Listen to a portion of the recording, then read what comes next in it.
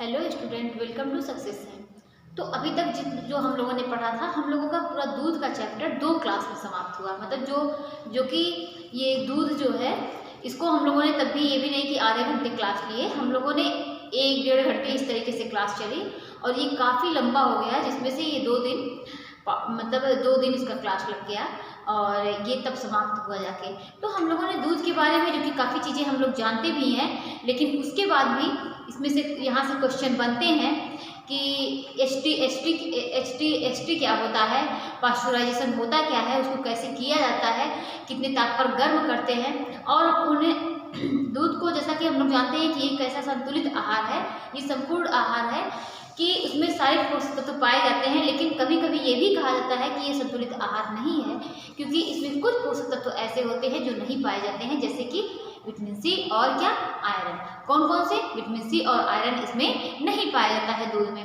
और हम लोगों ने दूध के बारे में क्या पढ़ा था? दूध के प्रकार। कल जो हम लोगों की डिस्कस हुई थी, हम लोगों ने जो भी पढ़ा वो क्या था? दूध के प्रकार के बारे में था। दूध का प्रकार क्या है कि क्या कहते हैं कि संपूर्ण दूध, जोड़ हमने पढ़ा था, वसा रहित दूध पढ़ा था, परिष्कृत दूध पढ़ा था, टोड मिल्क पढ़ा था, डबल टोड मिल्क पढ़ा था। हम लोगों ने काफ़ी चीज़ें हम लोगों ने पढ़ी थी। हम लोगों ने पढ़ा कि कंडेंस्ड मिल्क कैसे बनता है, कंडेंस्ड मिल्क कैसे बनता है, दही कैसे बनती है, और दही में कौन सी जीवाणु की वजह से वो हमारे शरीर में फायदा करती है, और क्या उसमें क्या डालकर खाना चाहिए। मतलब काफ़ी चीज़ें हम लोगों की आपस में हम लोगों की बातें हुई।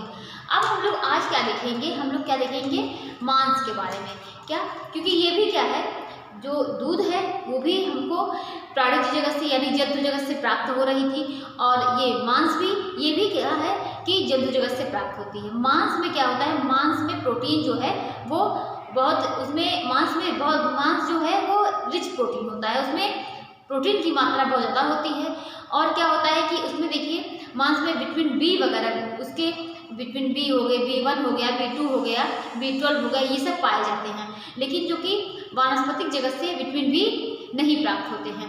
तो हम लोग आज मांस के बारे में पढ़ेंगे, इसमें कौन से प्रोटीन पाए जाते हैं, इसकी संरचना के बारे में हम लोग पढ़ेंगे, कितने प्रकार के मांस होते हैं, भारत में सबसे ज़्यादा मांस किस चीज़ का खाया जाता है। काफ़ी चीज़ें हम लोग क्या है कि मांस के बारे में डिस्कस करेंगे। तो स्टार्ट करते हैं। ये मांस में क्या है? विटामिन B1, B2, B3, ये सब सारे पोषक तत्व जो होते हैं वो पाए जाते हैं। तो मांस क्या है? मांस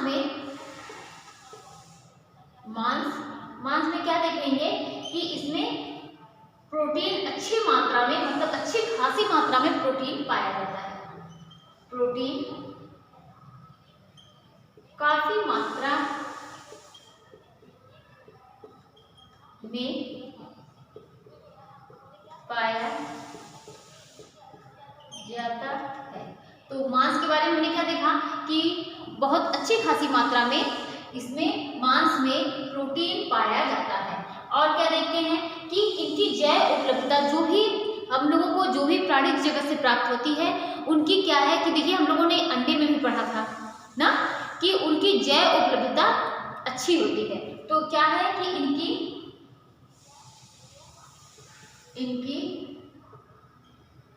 जैव उपलब्धता अधिक होती है,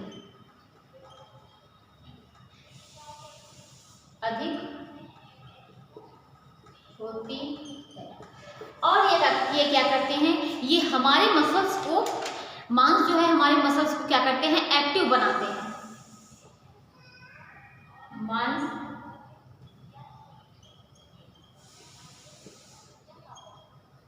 मसल्स को एक्टिव बनाते। मांस क्या करते हैं? ये हमारे मसल्स को एक्टिव बनाते हैं। और जो मांस में क्या होता है?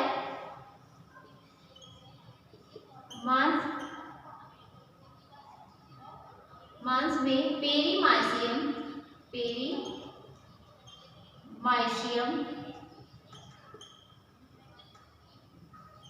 मांस किससे?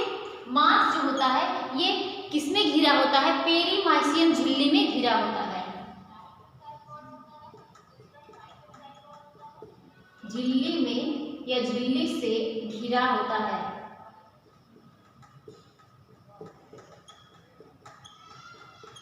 मांस क्या है कि मांस पेरीमाइसियम झिल्ली से घिरा होता है।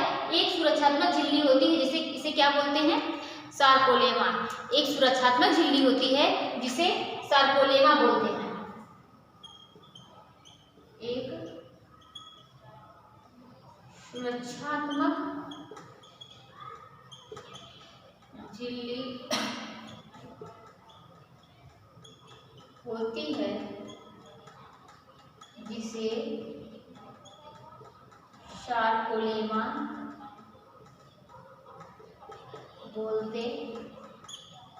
तो ये मांस के बारे में देखिए कुछ मतलब ऐसे ही इम्पॉर्टेंट टॉपिक है कि प्रोटीन काफी मात्रा में पाया जाता है, इनकी जैव उपलब्धता अधिक होती है, मांस हमारे मसल्स को एक्टिव बनाते हैं, मांस पेरीमाइसियम झिल्ली से घिरा होता है। एक सुरक्षात्मक झिल्ली होती है जिसे क्या बोलते हैं, सार्कोलेमा बोलते हैं। इसे क्या बोलते हैं, सार्कोलेमा बोलते हैं। ये क्या होता है, मांस सस्ता नहीं होता, ये बहुत ही महंगा होता है।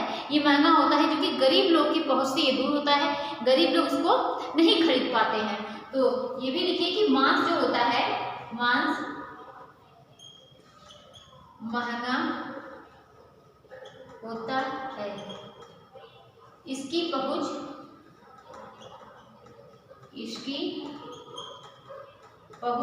गरीबों से दूर होती है, गरीबों से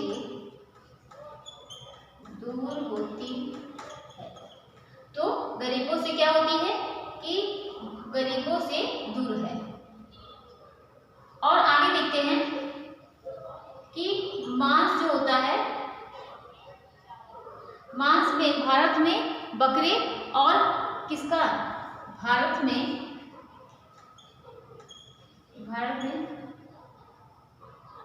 बकरे और सबसे ज्यादा किसका मांस खाया जाता है, भारत में सबसे ज्यादा बकरे और मुर्गे का, किसका, मुर्गे का मांस खाया जाता है, मांस खाया जाता है। भारत में मुर्गे, बकरे और मुर्गे का मांस खाया जाता है। लीवर में क्या होता है, लीवर में आयरन और कॉपर,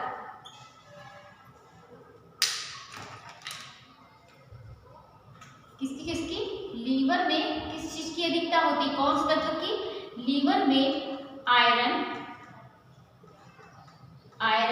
तथा कॉपर की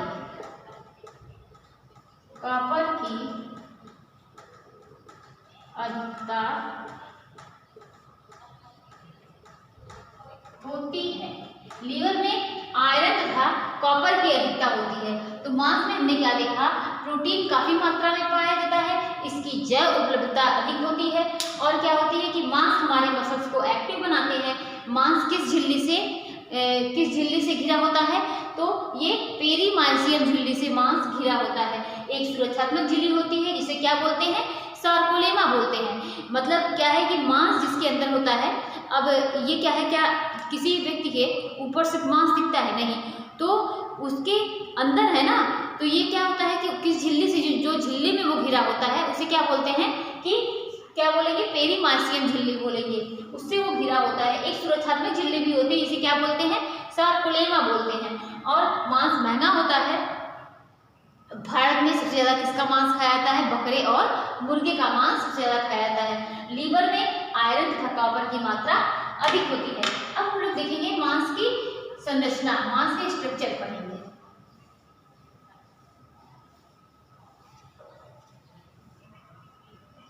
मांस की संरचना को देखेंगे कि मांस की सतह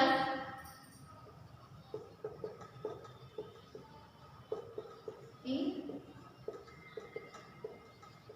संरचना, इसको देखते हैं कि मांस की सतह को सार्कोलेमा कहते हैं। क्या कहते हैं, मांस की सतह को सार्कोलेमा कहते हैं। तो मांस की सतह को क्या बोलते हैं, ये कितने परतों से बनी होती है? यह 3 परतों से बनी होती है। यह कितने परतों से? यह 3 परतों से बनी होती है। तो देखिए यहाँ से भी क्वेश्चन फंसते हैं। मांस की सतह को क्या बोलते हैं? सार्कोलेमा बोलते हैं। और यह कितने परतों से बनी होती है? 3 परतों से बनी होती है। अब ये तीनों परत कौन कौन से होते हैं? ये तीनों परत होते हैं। बाहरी परत को क्या बोलते हैं और मध्य परत को क्या बोलते हैं, आंतरिक परत को क्या बोलते हैं? तो बाहरी परत को क्या बोलेंगे? बाहरी परत को मध्य परत और क्या, आंतरिक परत। तो ये कौन कौन से, अब इसमें देखिए इसका नाम देखिए, जो बाहरी परत है उसे कोलेजन फाइब्रिल बोलते हैं। कोलेजन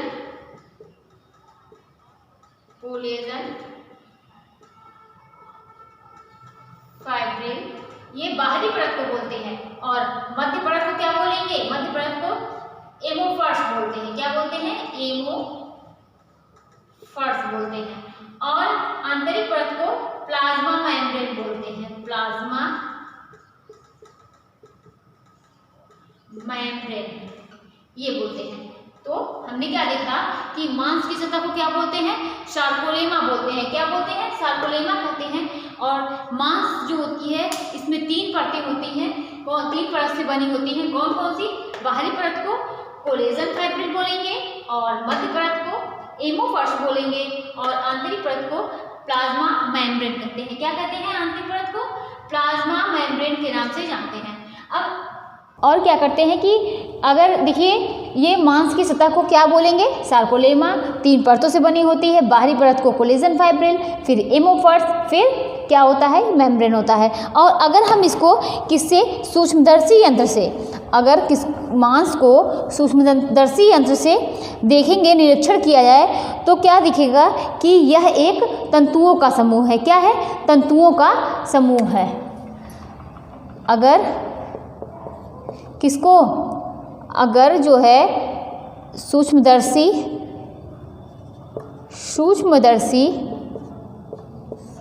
यंत्र से देखा जाए तो, अगर सूक्ष्मदर्शी यंत्र से देखा जाए तो क्या देखेंगे कि मांसपेशी देखा जाए या मांसपेशियों का निरीक्षण किया जाए। क्या किया जाए? मांसपेशियों का, जब अगर सूक्ष्मदर्शी यंत्र से आप देख रहे हैं या मांसपेशियों का क्या कर रहे हैं? निरीक्षण कर रहे हैं, तो क्या पाएंगे कि निरीक्षण किया जाए तो क्या पाएंगे कि ये एक क्या है? ये तंतुओं का समूह है। क्या है? तंतुओं का समूह है। किया जाए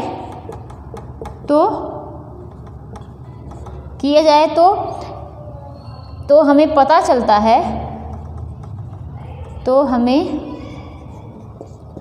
पता चलेगा, क्या पता चलेगा? कि यह तंतुओं का समूह है। क्या पता चलेगा?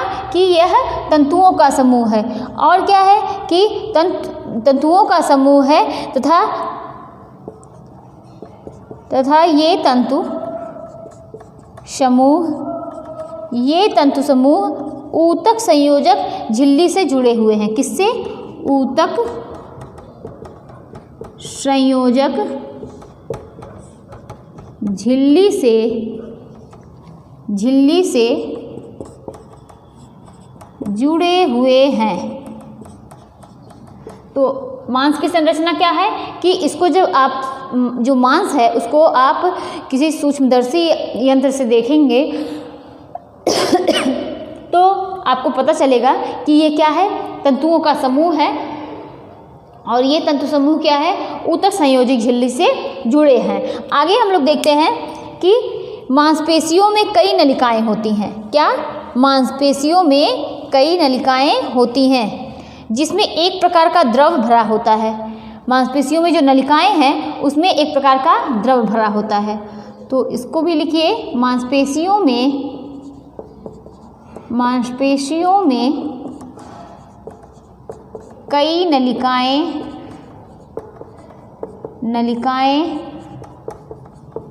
होती हैं। जिसमें क्या है, जिसमें एक प्रकार का द्रव भरा होता है। क्या देखेंगे कि मांसपेशियों में कई नलिकाएं होती हैं जिसमें एक प्रकार का द्रव भरा होता है, जिसे क्या बोलते हैं, जिसे मांसपेशीय रस बोलते हैं, जिसे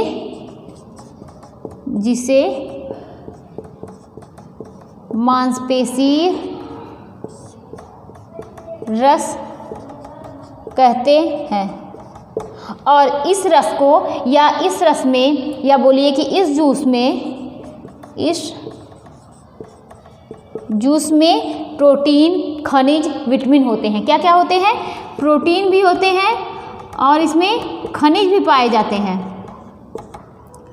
खनिज भी होते हैं और क्या होते हैं, प्रोटीन, खनिज, विटामिन। आप देखते होंगे कि जो मांस होते हैं उसको सब लोग पकड़ के इस तरीके से चूसते हैं ना, तो इस तरीके से जो चूसते हैं वो क्या होता है कि उसमें से रस निकलता है।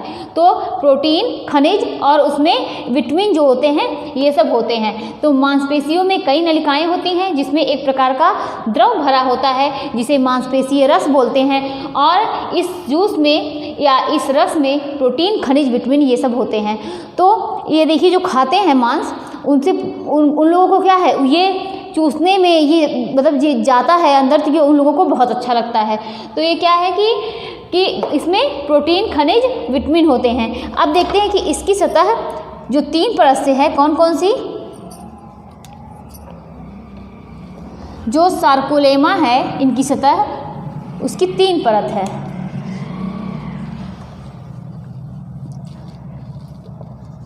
इसकी सतह क्या है, सार्कोलेमा की क्या है, 3 परत। अब ये 3 परत कौन कौन सी है, क्या है, कोलेजन फाइब्रिल है, एमोर्फस है, कोलेजन फाइब्रिल, और क्या फस है, और क्या है, और है कि प्लाज्मा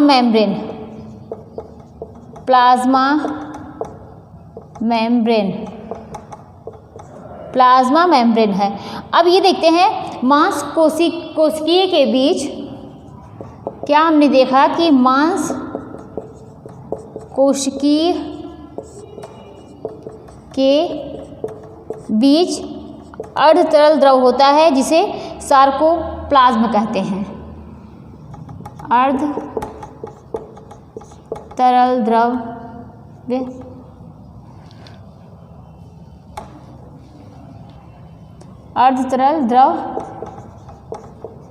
भरा होता है जिसे क्या बोलेंगे, मांस कोशिकीय के बीच अर्ध तरल द्रव भरा होता है जिसे क्या बोलेंगे, जिसे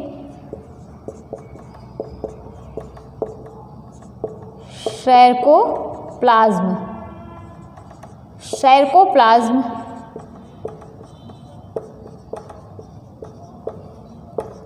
कहते हैं। तो ये हमने इसकी 3 परत देखी, कोलेजन फाइब्रिल, एमोर्फस और प्लाज्मा मेम्ब्रेन। और इसके कोशिकी के बीच में क्या होता है, एक अर्ध तरल द्रव भरा होता है जिसे सार्कोप्लाज्म कहा जाता है। और आगे देखते हैं कि मांस में मायोग्लोबिन कौन सा प्रोटीन होता है, मायोग्लोबिन प्रोटीन होता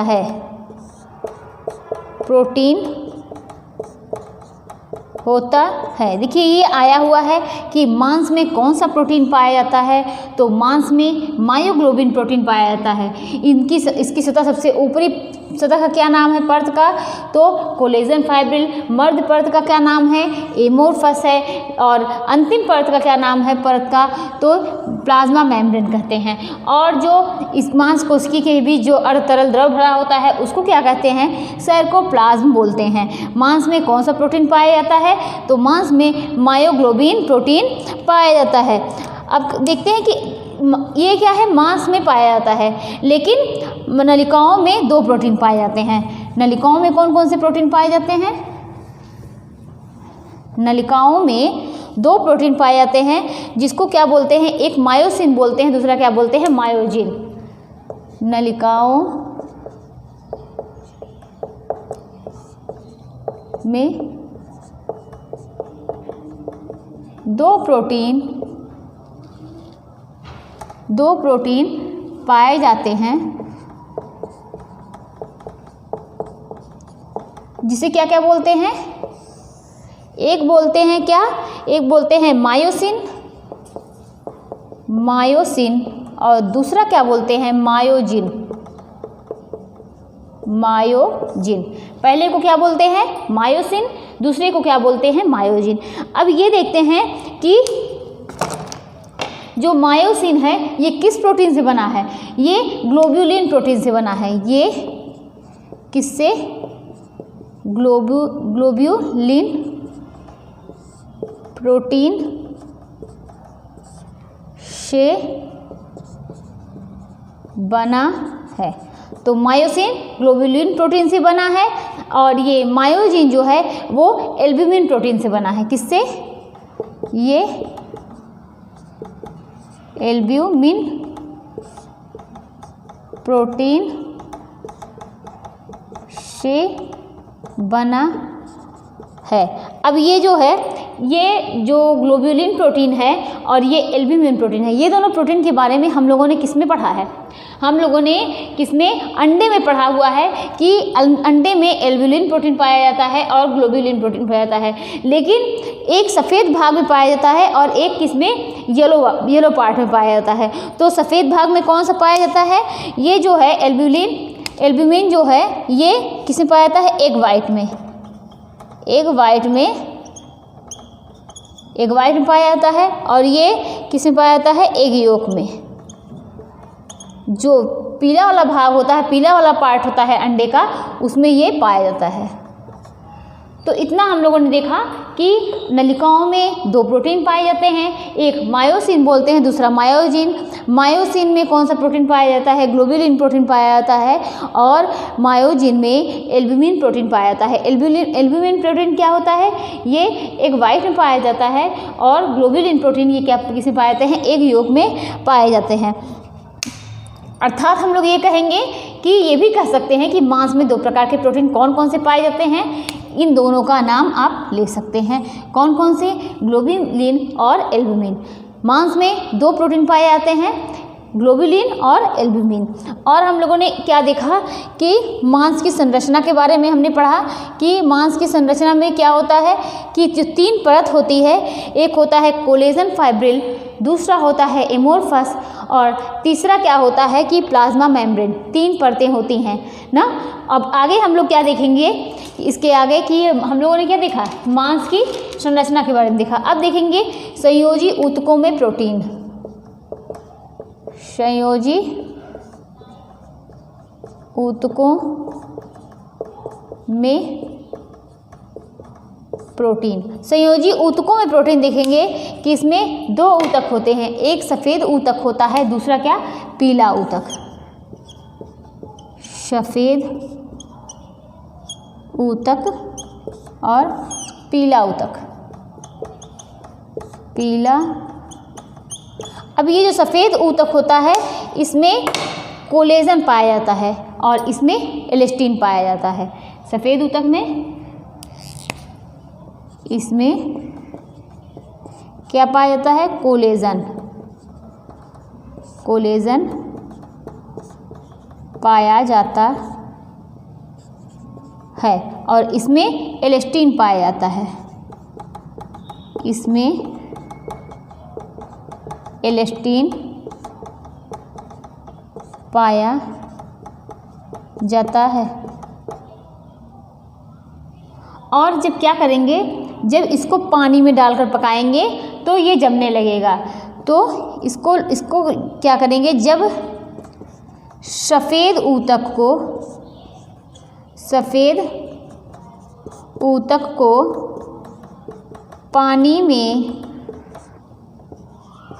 डालकर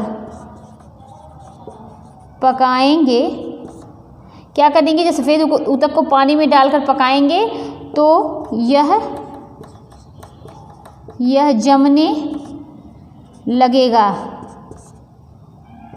और क्या प्राप्त होगा, जब यह जमने लगेगा तो जिलेटिन, क्या प्राप्त होगा, जिलेटिन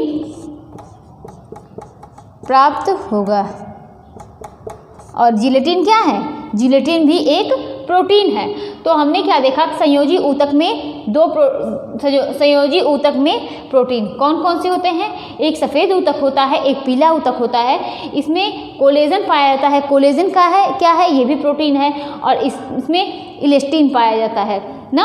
और ये जो कोलेजन को क्या करते हैं, जब इसको यानी सफ़ेद ऊतक को जब पानी में डालकर पकाते हैं तो ये क्या करता है, ये जमने लगता है। तो क्या प्राप्त होगा, तो हम लोगों को क्या प्राप्त होता है, जिलेटिन प्राप्त होगा। जिलेटिन भी क्या है, ये भी प्रोटीन है। अब पीला ऊतक जब इसको क्या करेंगे, इसको गर्म करने पर इस पर कोई प्रभाव नहीं पड़ता, इसे गर्म करने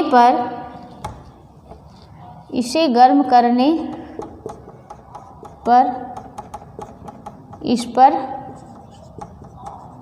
कोई प्रभाव नहीं पड़ेगा।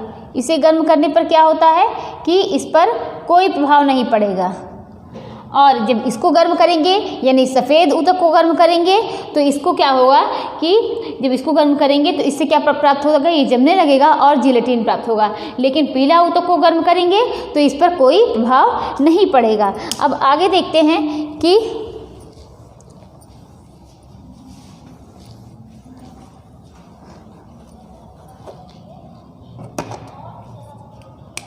हमने क्या देखा कि जो मांस ऊतक के बीच क्या था, मांस कोशिकाओं के बीच क्या है, मांस कोशिकाओं के बीच क्या भरा हुआ था, एक अर्ध तरल भरा था ना, अर्ध तरल। और जिसका नाम क्या था, जिसका नाम था सार्कोप्लाज्म। अर्ध तरल भरा होता है जिसे क्या बोलते हैं, सार्कोप्लाज्म।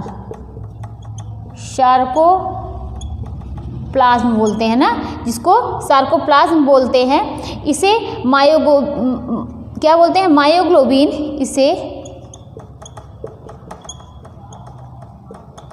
मायोग्लोबिन। और क्या होता है कि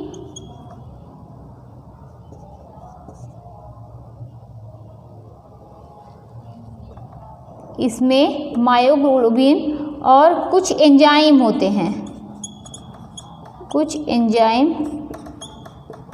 होते हैं, यानी सार्कोप्लाज्म में क्या होते हैं, इसमें मायोग्लोबिन भी होते हैं और कुछ एंजाइम भी पाए जाते हैं। किसमें, मांस कोशिकाओं के बीच जो अर्ध तरल द्रव भरा होता है उसे क्या बोलते हैं, सार्कोप्लाज्म बोलते हैं। और इसमें मायोग्लोबिन और कुछ एंजाइम भरे हुए होते हैं। आगे हम लोग देखते हैं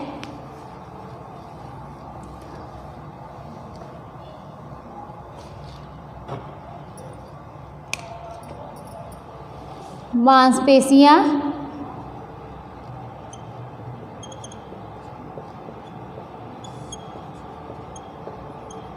यथार्थ में पालिनलिकाएं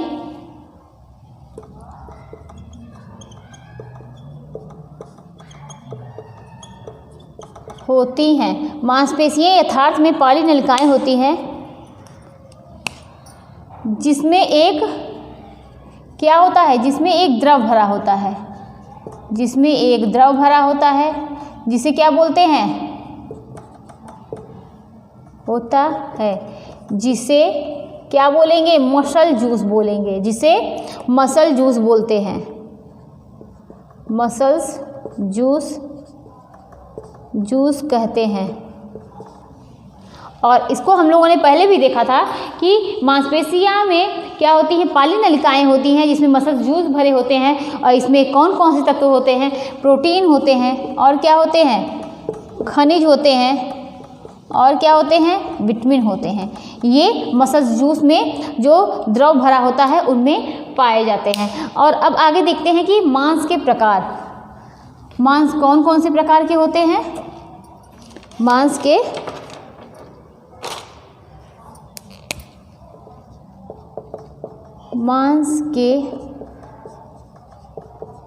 प्रकार, अब मांस के प्रकार में देखेंगे कि प्रमुख मांस कौन कौन से होते हैं। जैसे गाय का मांस, कुछ प्रकार जो होते हैं वो प्रमुख होते हैं, प्रमुख प्रकार। अब प्रमुख प्रकार में कौन कौन से आते हैं, जैसे क्या होता है, गाय का मांस। गाय के मांस को क्या कहा जाता है, गाय के मांस को बीफ बोलते हैं। क्या बोलते हैं, और यही पूछा जाता है कि किसके मांस को बीफ बोलते हैं, किसके मांस को पोर्क बोलते हैं, यही पूछा जाता है।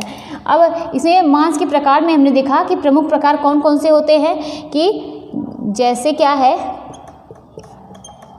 गाय का मांस, इसे क्या बोलेंगे, बीफ। और क्या हो गया कि भेड़ बकरी,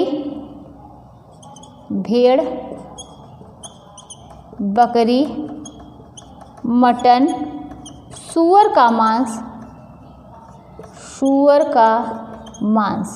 अब सूअर के मांस को क्या बोलते हैं, गाय के मांस को बीफ बोलते हैं, सूअर के मांस को पोर्क बोलते हैं। क्या बोलते हैं, पोर्क। तो जैसे हमने क्या देखा कि गाय के मांस को बीफ बोलते हैं, और ये प्रमुख प्रकार के अंतर्गत आते हैं। कौन कौन से, गाय, भेड़, बकरी, मटन, सूअर के मांस को पोर्क बोला जाता है। और इसमें क्या होता है, कुछ अदर मांस होते हैं, क्या कौन कौन से, जो कि खाए जाते हैं। कुक्कुट हो गया, क्या, कुक्कुट हो गया, और क्या होता है कि कुक्कुट मांस, और भी कई पालतू पक्षी होते हैं उनके मांस, और कई पालतू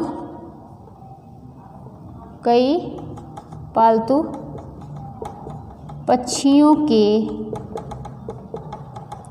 मांस। और क्या होता है, कई पालतू पक्षियों के मांस। जैसे और क्या होता है कि शिकार किया गया मांस। देखिए, शिकार किया गया मांस जो होता है ये बैन हो गया है। आप शिकार करके मांस को नहीं खा सकते हैं, लेकिन करने वाले तो करते ही हैं। शिकार किया गया मांस, शिकार किया मांस। और क्या, मछली।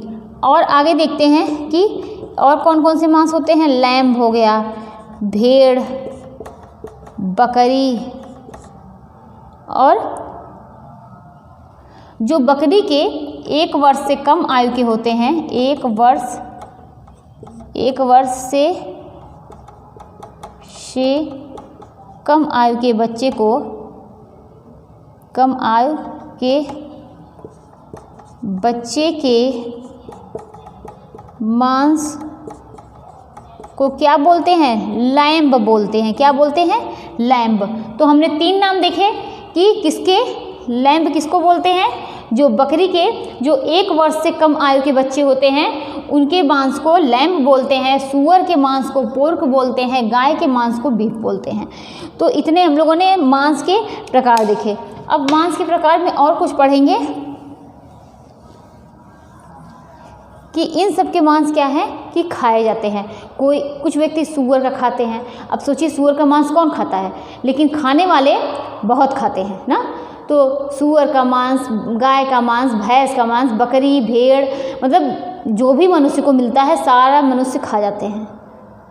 मनुष्य ऐसा एक प्राणी है कि जो मतलब उनको कुछ भी मिले तो कुछ नहीं छोड़ेंगे। वो क्या करते हैं, वनस्पतिक जगत की चीज़ों को खाते हैं और जंतु जगत की चीज़ों को खाते हैं। वो सब कुछ खाते हैं। देखिए, सांप खा जाते हैं, सब कुछ, केकड़ा खा जाएंगे, सब कुछ खा जाते हैं। तो क्या है कि ये मांस के प्रकार हो गए। अब देखते हैं सूअर के मांस को क्या कहते हैं, पोर्क बोलते हैं। सूअर के मांस को पोर्क बोलते हैं। क्या बोलेंगे? पोर्क, पोर्क कहते हैं। सूअर के मांस को पोर्क कहते हैं। 1 वर्ष से कम आयु के, 1 वर्ष से कम आयु के मांस क्या होते हैं? सर्वोत्तम होते हैं, सर्वोत्तम होते हैं। मतलब कि सूअर को बड़ा मत होने दो, वो 1 वर्ष से कम रहे तभी मार के खा जाओ।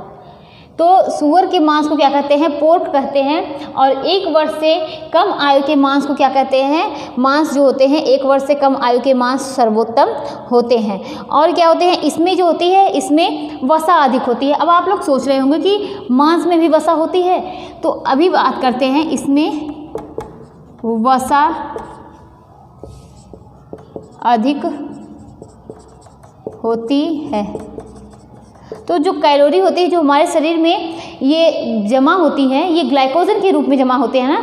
तो वैसे ये जब जमा होते हैं तो अगर कोई, वो क्या है? ग्लाइकोजन, वो मांस के ही रूप में तरह है ना। तो इसमें जब जाकर जमा होता है तो जब कोई वही खाएगा तो उसमें फैट तो होगा ही, तो जिसकी वजह से उसमें फैट होता है, कोलेस्ट्रॉल होता है, सब कुछ होता है। तो इसमें वसा अधिक होती है। और अगर ऐसे कोई जानवर खा ले कि जिसको कोई बीमारी है, तो क्या है, इस कितनी इन्फेक्शन, कितनी सारी बीमारियां इस वजह से फैल रही हैं ना। तो इसकी वजह से मांस खाते हैं। तो अगर कोई जानवर को भी कोई बीमारी है और आप उस जानवर का मांस खा ले रहे हैं, तो क्या है कि आपको भी बीमारी हो सकती है। तो 1 वर्ष से कम आयु के मांस क्या होते हैं? सर्वोत्तम होते हैं। इसमें वसा इस मांस में अधिक होती है। इस मांस में क्या होती है? वसा अधिक होती है। अब आगे देखते हैं कि सूअर के मांस को खाने, सूअर के मांस को क्या होता है? सूअर के मांस को खाने से क्या होता है? ट्राइकिनाइसिस, ट्राइकिनाइसिस क्या होता है? ट्राइकिनाइसिस नामक रोग होती है। कौन कौन सी? ये ट्राइकिनाइसिस,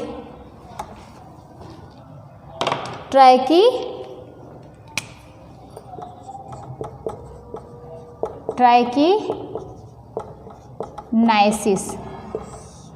तो सूअर के मांस को खाने से कौन सा रोग होता है? ट्राइकिनाइसिस नाम का रोग हो जाता है, नाम का रोग हो जाता या होने की संभावना रहती है, रोग होने की संभावना रहती है, संभावना रहती है। तो इसकी रोग होने की संभावना रहती है। और आगे देखते हैं कि मांस का पौष्टिक मूल्य। अब मांस के प्रकार के बारे में हमने देखा कि कई प्रकार के मांस खाए जाते हैं। बीफ हो गया, और क्या हो गया? पोर्क हो गया। पोर्क किसके मांस को बोलते हैं? वो पोर्क बोलते हैं सूअर के मांस को। और सूअर के मांस खाने से कौन से रोग होने की संभावना होती है? तो क्या होता है? ट्राइकिनाइसिस। अब आगे देखते हैं मांस का पौष्टिक मूल्य। मांस का पौष्टिक मूल्य। अब मांस के पौष्टिक मूल्य को देखते हैं कि ये क्या होता है। इसमें प्रोटीन जो होते हैं वो 15 से 20% होता है। प्रोटीन कितना परसेंट? 15 से 20%। प्रोटीन किसमें? मांस में 15 से 20% में। और सूअर में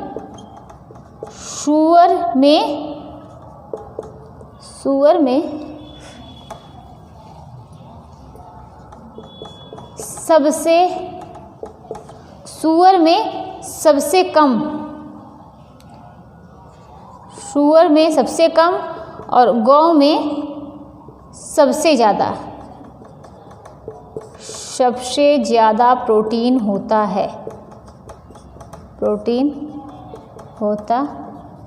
है, तो प्रोटीन के मामले में देखेंगे कि प्रोटीन 15 से 20% होता है। सूअर के मांस में सबसे कम पाया जाता है और गाय के मांस में, गौ के मांस में सबसे ज़्यादा पाया जाता है। और देखते हैं कि मांस में कई प्रोटीन पाए जाते हैं। अब कौन कौन से प्रोटीन पाए जाते हैं? मांस में कई प्रोटीन पाए जाते हैं। अब ये कौन कौन से होते हैं? ये होते हैं एक्टिन एवं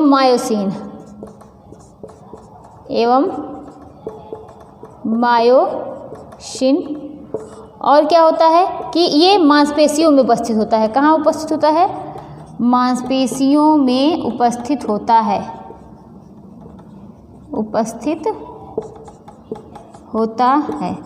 तो एक्टिन और मायोसिन जो होता है वह कहाँ उपस्थित होता है? मांसपेशियों में उपस्थित होता है। और कोलेजन और कौन? कोलेजन एवं इलास्टिन,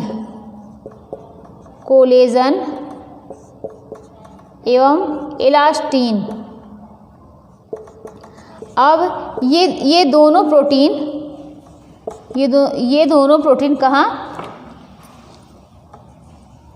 कोलेजन एवं इलास्टिन, ये दोनों प्रोटीन संयोजी ऊतक में पाए जाते हैं।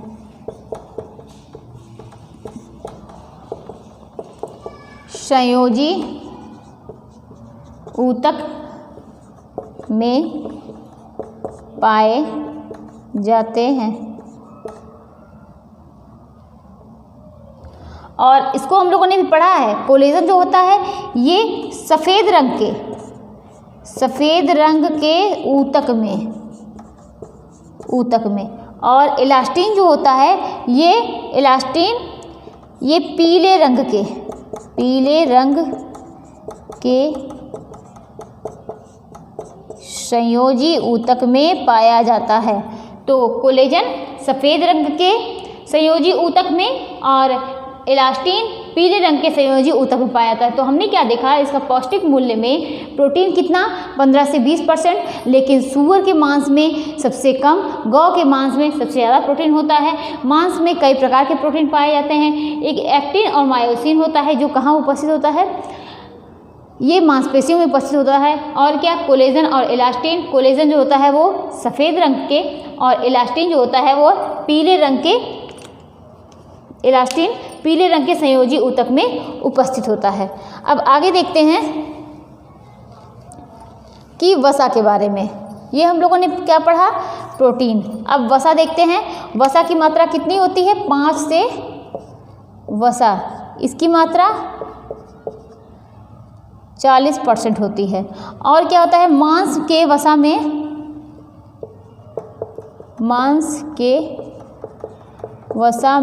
कौन सी वसा पाई जाती है? संतृप्त वसीय अम्ल कोलेस्ट्रॉल की मात्रा अधिक होती है। तो इसको हम लोगों ने समझा ये कैसे होती है, कोलेस्ट्रॉल की मात्रा अधिक। ये वसा का हो गया, इसमें वसा भी पाया जाता है मांस में ना। और कौन सा अम्ल? संतृप्त वसीय अम्ल भी होता है और कोलेस्ट्रॉल भी पाया जाता है। अब आगे देखते हैं कार्बोज। कार्बोज जो होता है ये मांस में किस रूप में? मांस में ग्लाइकोजन और ग्लूकोज के रूप में। किस रूप में? ग्लाइकोजन एवं ग्लूकोज के, मांस में ग्लाइकोजन एवं ग्लूकोज के रूप में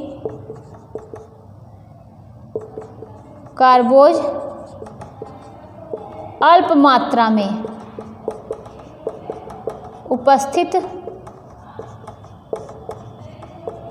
होता है। तो कार्बोज यानी कार्बोहाइड्रेट जो है वो मांस में ग्लाइकोजन और ग्लूकोज के रूप में बहुत ही कम मात्रा में उपस्थित होता है। और क्या देखेंगे कि जबकि किसमें? यकृत में भरपूर रहता है। और इसमें क्या होता है कि यकृत में भरपूर रहता है और इसमें कई खनिज तत्व भी होते हैं। इसमें यकृत में क्या होते हैं? पहले देखिए कि कार्बोज जो होता है ये मांस में ग्लाइकोजन और ग्लूकोज के रूप में होता है और क्या बहुत कम मात्रा में उपस्थित होता है। जबकि यकृत में क्या है, यकृत में भरपूर रहता है। इसमें क्या क्या होता है यकृत में, यकृत में इसमें लोहा होता है, मैग्नीशियम होता है, मैग्नीशियम, पोटेशियम होता है, पोटेशियम होता है और क्या, कैल्शियम होता है। इन सब की क्या होती है, इन सब की पर्याप्त मात्रा होती है। इन सब की और भी मतलब और भी पोषक तत्व तो इसमें पाए जाते हैं। किसमें, कि यकृत में। तो कार्बोज का जो होता है, कार्बोज बहुत कम मात्रा में होता है, अगर होता भी है तो ये ग्लाइकोजन और ग्लूकोज के रूप में होता है। और यकृत में भरपूर मात्रा में क्या होते हैं, लोहा, मैग्नीशियम, पोटेशियम, कैल्शियम, ये सब पाए जाते हैं। अब जल के बारे में देखते हैं। हमने क्या देखा, प्रोटीन देखा, कार्बोज, वसा देखा ना, तीन चीज़ों को देखा। अब हम लोग क्या देखेंगे कि जल। अगर ये देखेंगे तो मांस में कौन सा तत्व नहीं होता है, कौन सा नहीं होता है, विटामिन सी बिल्कुल नहीं होता है। क्या, विटामिन सी बिल्कुल नहीं होता है। अब जल को देखेंगे, जल की मात्रा कितनी होती है, 66 से 75%। कितनी मात्रा होती है जल की, 66 से 75% होती है। और विटामिन को देखेंगे, विटामिन में क्या है, इसमें देखिए विटामिन बी पाया जाएगा। और क्या होते हैं, इसके कई समूह पाए जाते हैं ना, हम लोगों ने देखा है vitamin B1, B2, B3, B12 ना, ये सब विटामिन पाए जाते हैं। और जो कि प्राणिज जगत से जो प्राप्त होते हैं उसमें विटामिन बी पाए जाते हैं, लेकिन आप वनस्पतिक जगत में देखेंगे तो विटामिन बी नहीं पाए जाते हैं।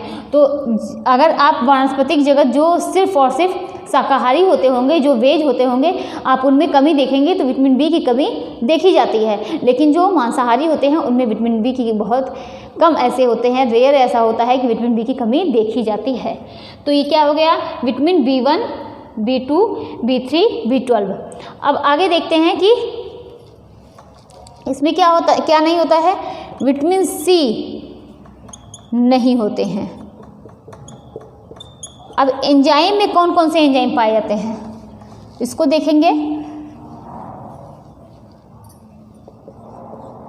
एंजाइम में कौन कौन से एंजाइम पाए जाएंगे, प्रोटियोसिस, ये क्या है, यह प्रोटीन प्रक्रिया करके उसे छोटे छोटे टुकड़ों में बदल देता है। प्रोटियोसिस क्या करेगा, यह प्रोटीन पर क्रिया करके छोटे छोटे टुकड़ों में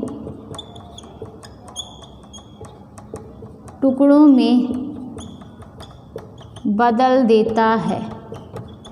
तो हम लोगों ने क्या देखा, एंजाइम में प्रोटियोसिस, कौन सा एंजाइम है यह प्रोटीन प्रोटियोसिस क्या करता है, प्रोटीन प्रक्रिया करके उसे छोटे छोटे टुकड़ों में बदल देता है, जिससे वह डाइजेशन में उसके मतलब दिक्कत नहीं होती है, वो छोटे छोटे टुकड़ों में वो डाइजेस्ट हो जाता है। और आगे देखते हैं रंगवर्णक में हम लोगों ने क्या देखा था कि रंगवर्णक वह होता है जिसकी वजह से जो कलर के लिए, रंग देने के लिए जिम्मेदार होता है।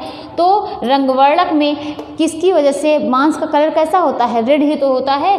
तो रंगवर्णक के लिए क्या होता है, मायोग्लोबिन। क्या होता है, रंगवर्णक कौन से होते हैं, मायोग्लोबिन। अब हम लोग देख रहे हैं, ये हम लोगों ने क्या पढ़ा, मांस के बारे में हम लोगों ने क्या देखा, कौन सा मांस सबसे ज़्यादा भारत में खाया जाता है और कौन सा नहीं, कम मात्रा में खाया जाता है। मांस के स्ट्रक्चर के बारे में पढ़ा कि उसकी 3 परतें होती हैं, कौन कौन सी परत होती है उसके बारे में हम लोगों ने देखा। कौन सा जूस उसकी नलिकाओं में भरा होता है, इसको हम लोगों ने समझा। कौन से तत्व होते हैं, उसके पूरे तत्व के बारे में हमने देखा कि प्रोटीन होता है, फैट होता है और वाटर होता है, विटामिन होते हैं, तो सब में सब होता है। और क्या नहीं होता, तो विटामिन सी नहीं होता। क्या नहीं होता है, विटामिन सी नहीं होता है। और हम लोगों ने क्या पढ़ा, एंजाइम के बारे में भी देखा कि कौन से एंजाइम होते हैं, उसके रंगवर्णक क्या होते हैं। अब हम लोग क्या देखेंगे कि पक्षियों का मांस, पक्षियों में भी कई पक्षी ऐसे होते हैं जिसके मांस खाए जाते हैं।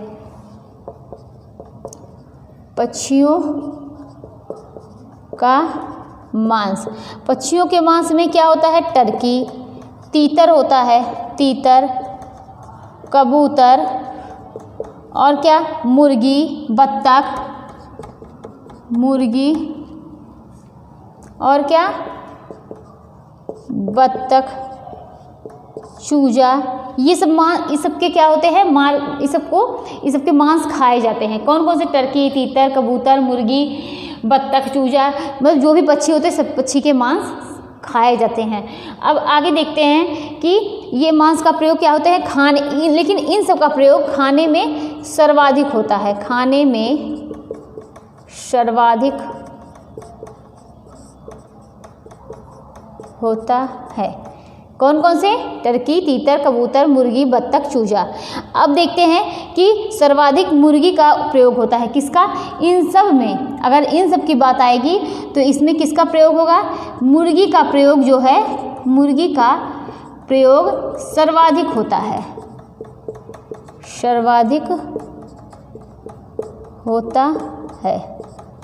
अब हम लोग क्या देखेंगे, मुर्गी के मांस का वर्गीकरण करेंगे। मुर्गी के मांस में कौन कौन से पाए जाते हैं ना, मुर्गी के मांस का वर्गीकरण करेंगे कि मतलब वो भी उम्र के आधार पर, कितने एज के अकॉर्डिंग देखेंगे कि मुर्गी के मांस का वर्गीकरण करेंगे कि एज के अकॉर्डिंग, कि किस एज के मांस को खाने से, किस एज में मुर्गी हो, कितने मंथ की हो, कितने सप्ताह की हो, कितने दिन की हो, कि उसका जो मांस होता है वो सुपाच्य होगा, उसका मांस कठोर होगा। तो इस तरीके से उसको हम लोग देखेंगे। तो मुर्गी के मांस का वर्गीकरण, मुर्गी के मांस का वर्गीकरण, और किसके आधार पर, एज के अकॉर्डिंग वर्गीकरण। अब आगे देखते हैं, पहला क्या है, रूस्टर, दूसरा क्या है, बॉयलर, रूस्टर, बॉयलर, स्टैग, और क्या होता है, rooster, boiler, stag, cock fowl, cock fowl. कौन कौन से, rooster, boiler, stag, cock fowl. अब आगे देखते हैं ये रूस्टर क्या होता है। ये रूस्टर होता है, किसको बोलते हैं, रूस्टर, और बॉयलर, ब्रायलर,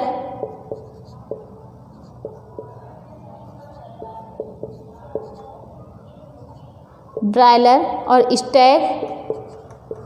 स्टैग और कॉक और फाउल।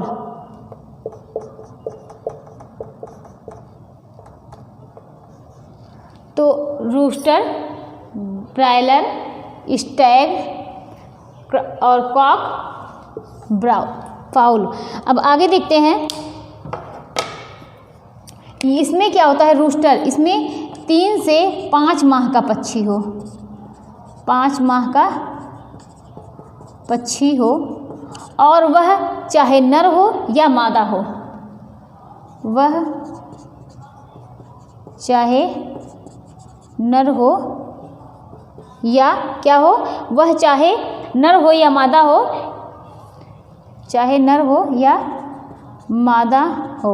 और इसका मांस कैसा होता है, इसका मांस कैसा होता है, नर्म होता है, इसका मांस नर्म होता है। क्या होता है, इसका मांस नर्म होता है। और ये रूस्टर क्या होता है, इसके 3 से 5 माह का पक्षी हो, चाहे वो नर हो या मादा हो। अब आगे देखते हैं ब्रायलर। ब्रायलर जो होता है ये 8 से 10 सप्ताह, ये कितना, 8 से 10 सप्ताह, 8 से 10 सप्ताह मादा, ये 8 से 10 सप्ताह के मादा से, ये 8 से 10 सप्ताह के मादा से इसकी प्राप्ति होती है, मांस की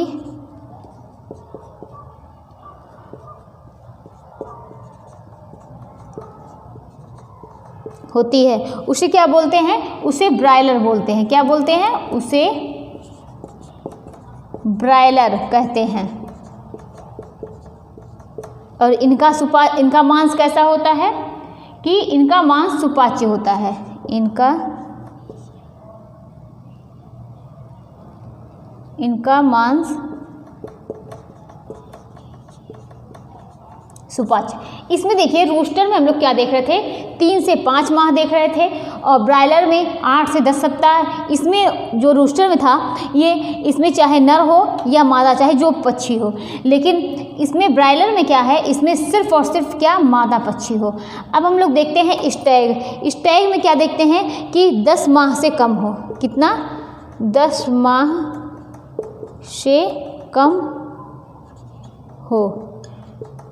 और क्या होना चाहिए? और नर हो। क्या हो? और नर हो। इसका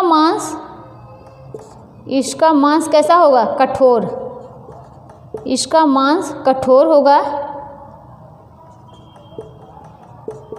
और फैट की मात्रा क्या होगी? फैट की मात्रा ज़्यादा। और ये कॉक क्या है? ये 10 माह से ज़्यादा हो। ये 10 माह से ज़्यादा। कॉक क्या है? ये 10 माह से ज़्यादा हो और नर पक्षी हो। क्या हो? और नर पक्षी 10 माह से ज़्यादा हो। क्या हो? नर पक्षी हो। त्वचा कैसी होगी? त्वचा कठोर होगी। कठोर खुरदुरी होगी। खुरदुरी होगी। और अब फाउल में देखते हैं ये क्या होता है। यह 10 माह से ज़्यादा हो। 10 माह से ज़्यादा। फाउल क्या है? यह 10 माह से ज़्यादा हो और इसमें क्या होता है? मादा पक्षी हो। क्या? मादा पक्षी हो। त्वचा जो है वो खुरदुरी होगी। मतलब जो रूस्टर किसको, कौन से पक्षी कहे जाएंगे? मुर्गी के मांस का वर्गीकरण है। रूस्टर कौन से पक्षी कहे जाएंगे? मतलब 3 से 5 माह का पक्षी हो। कितने? 3 से 5 माह का।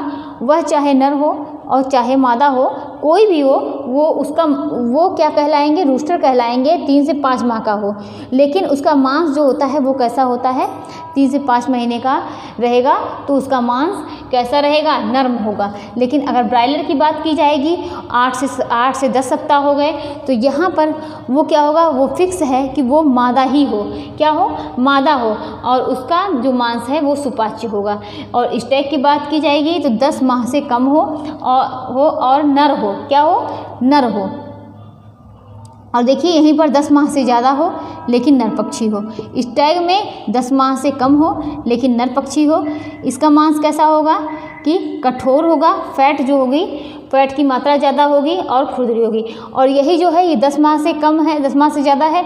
10 माह से कम है जब, तो भी देखिए यहाँ पर है 10 माह से अगर कम है तो भी उसका क्या है? कठोर होगा, फैट की मात्रा ज़्यादा होगी, सारी दिक्कतें हैं। सेम वही चीज़ यहाँ पर भी है। अगर 10 माह से कम में ये दिक्कतें आ रही हैं तो 10 माह से ज़्यादा होगा तो भी क्या होगा कि नर पक्षी जो होता है त्वचा कठोर होगी और खुरदुरी होगी। फिर फाउल की बात है तो 10 माह से ज़्यादा होगा और ये इसमें मादा होगा और क्या? त्वचा खुरदुरी होगी। तो ये क्या है? ये इसका पौष्टिक मूल्य जो होता है ये पशुओं के समान होता है। कितना? पौष्टिक तत्व जो होते हैं, इसमें जो भी तत्व होते हैं वो पौष्टिक के समान पौष्टिक तत्व उपस्थित होते हैं। तो ये इतना हम लोगों ने पढ़ा है। अब कुछ पॉइंट हैं उसको हम लोग देखेंगे, लेकिन आज जो है ये जो मीट का क्लास चला ये इतना ही, और जिसमें हम लोगों ने काफ़ी चीज़ें हम लोगों ने पढ़ी और मुर्गी का मांस का क्या पूरा वर्गीकरण किया। अब इसमें बहुत ज़्यादा नहीं बचा हुआ है, तो आज के लिए इतना ही और मिलते हैं कल। इसी में कुछ थोड़ा और टॉपिक इसमें रहेगा उसी के साथ। तो आज के लिए इतना ही। Thank you.